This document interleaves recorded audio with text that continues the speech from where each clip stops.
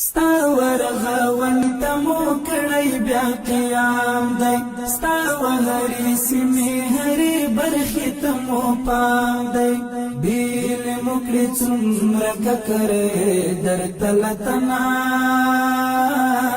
ای ګران وطنا.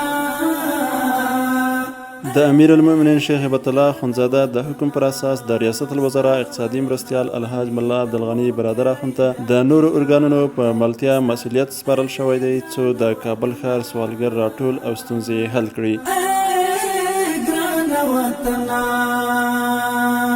القدر امیر المؤمنین شیخ الحدیث مولوی هبت الله خونزاده صاحب حفظه الله له لوري د سوالګرو د راټولولو او هغوی ته د بدیل معیشت برابرولو په موخه حکم صادر شوی او دغه کار یې ما ته راسپارلی دی.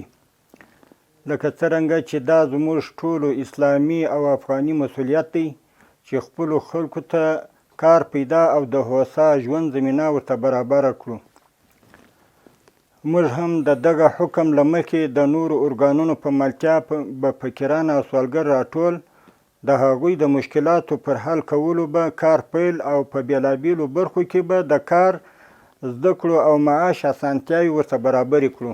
ستا واسه دی ته مونږ څومره قربانۍ ورکړې وژې انقلاب ته مو چنار چنار ځوانۍ ورکړې وینې مو په تا څه په مېړانه وراستۍ ورکړې وینې مو په تا څه په مېړانه وراستۍ ورکړې.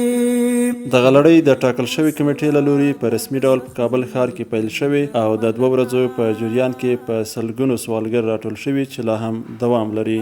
ای ګران وطنا ای ګران وطنا.